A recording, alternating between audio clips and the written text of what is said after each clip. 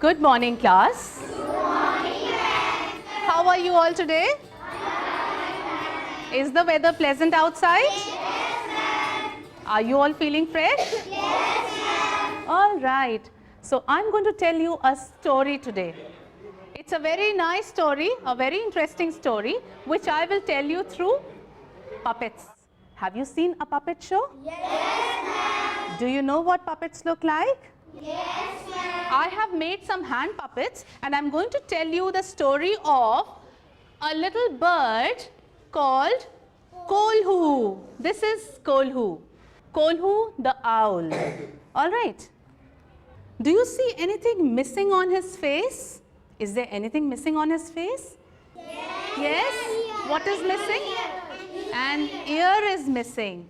Kolhu has just one ear. He has lost an ear. Can you help him find it?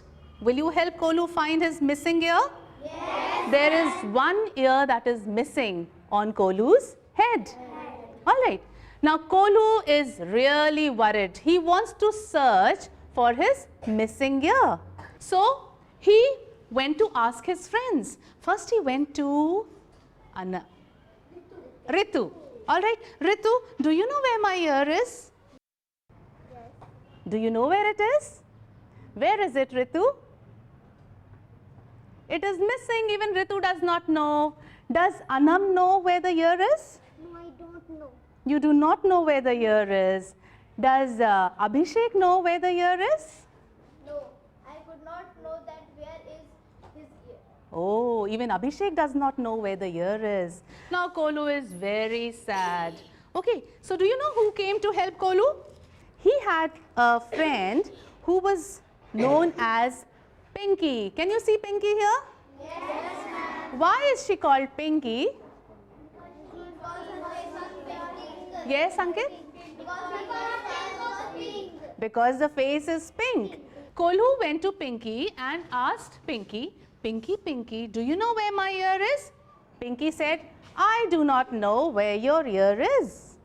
Alright? So Kolhu went to another friend.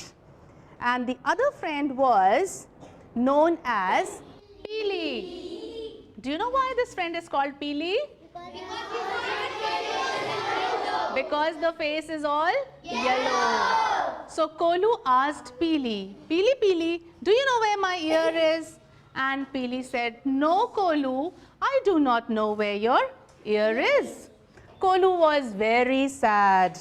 So Kolhu went to his grandmother, the grandmother. Kolhu went to grandmother because grandmother knew all the answers. So Kolhu thought that perhaps grandmother will tell me where my ear is. So Kolhu went to the grandmother and he said, Dadi, do you know where my ear is? And do you know what grandmother said? No Kolhu, I do not know where your ear is. Now Kolhu was very sad and he really wanted to cry. Then came along another friend. And do you know who that friend was? That friend was Jadu, the alien. Have you seen Jadu? Yes? So Kolhu went to Jadu and asked Jadu, do you know where my ear is? Jadu said, I know where the ear is, but you cannot get it back. Kolhu was very sad. Can you just hold Kolhu for a minute, please? Kolhu was very sad. Then Jadu said, don't worry, Kolhu. I've got something for you. I will do some magic with my magic wand. Do you see the magic wand? Yes, ma'am. So Jadu held the magic wand in his hands. Okay? And he went to Kolhu and he did some magic. Abracadabra. He chanted a mantra, touched Kolhu's ear, and he said, now that one ear has become very powerful and you will be able to hear everything now. You will have no problem listening to people. I cannot get your ear for you, but you will listen with one ear and this one ear will be the most powerful ear.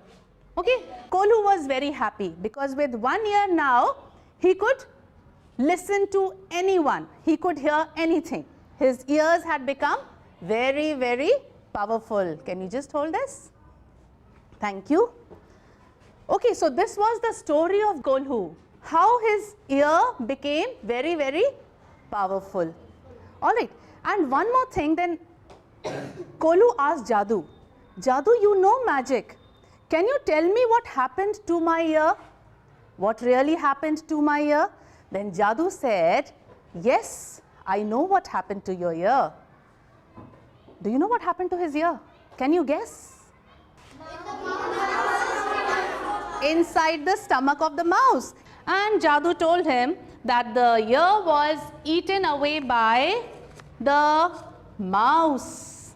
The mouse had eaten away Kolhu's ear. Alright, can you hold this mouse in your hands, please? And here is one for you. So the mouse had eaten away Kolhu's ear. Here is a little poem that I have got for you. We will be repeating this poem out here in class. Just pass this at the back, please.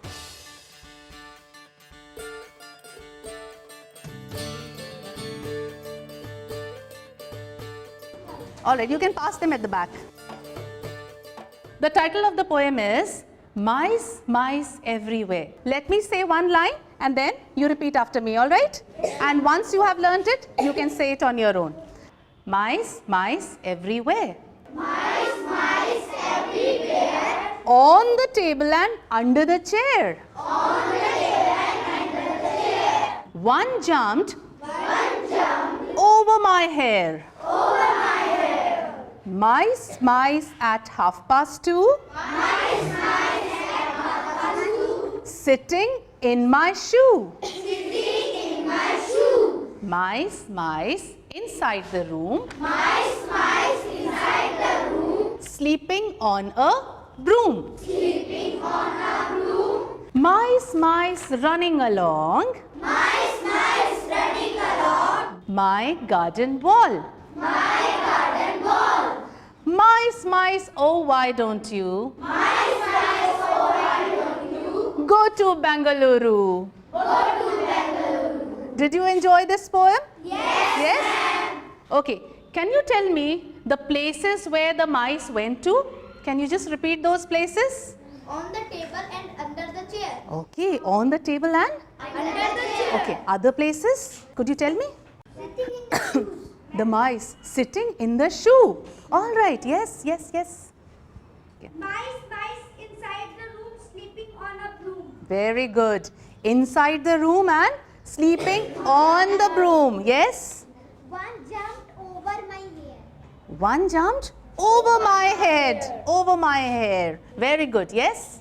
Mice, mice running along my garden wall. All right. Mice running along. Running along where? Where was the mice?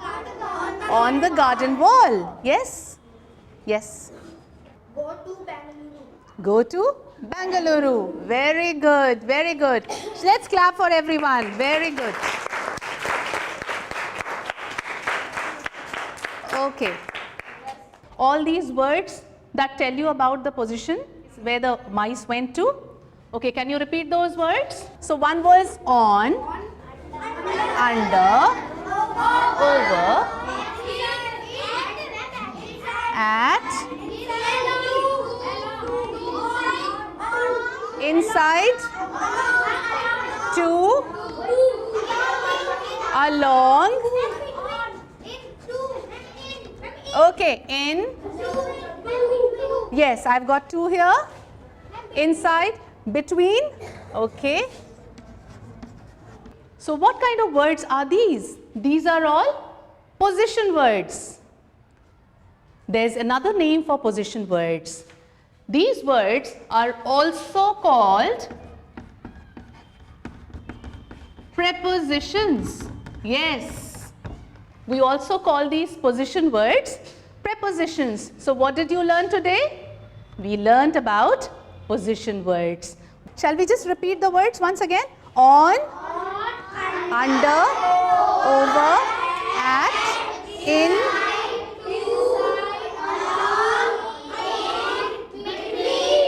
What do we call these words? These are position words.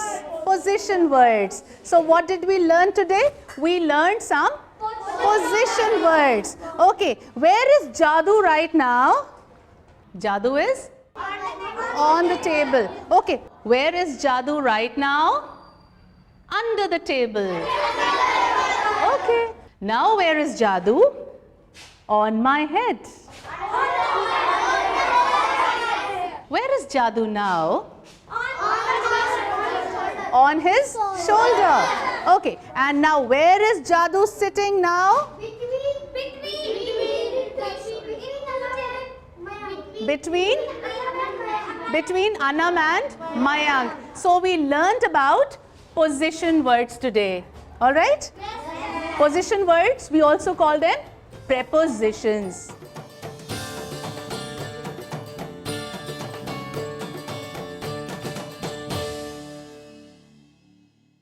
That was an interesting class by Ghazala, who was using story as a strategy, a puppet to teach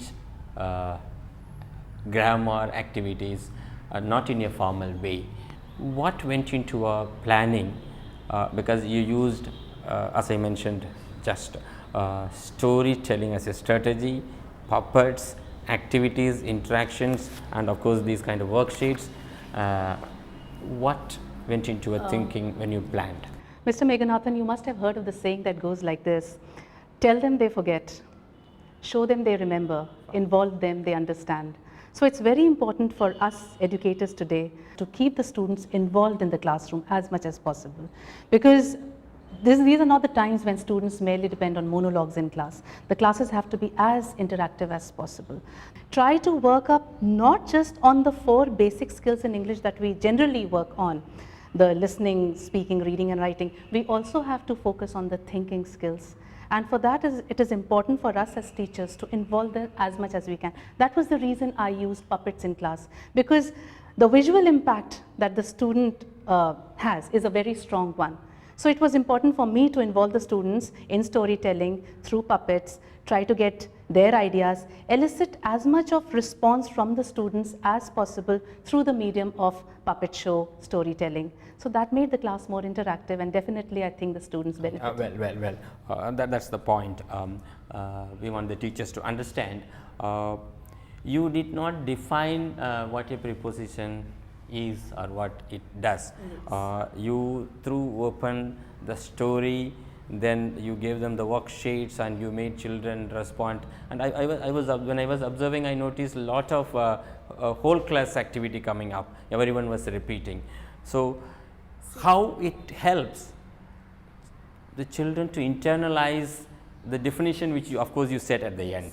Can you? Mr. Meganathan, the definitions will not have any relevance unless and until the student applies it in real life situations. That is very important. We have to make them as creative as possible. And see, there are 2 kinds of thinkers. One is a divergent thinker, one is a convergent thinker. It is important for students to become divergent thinkers so that they can be more creative.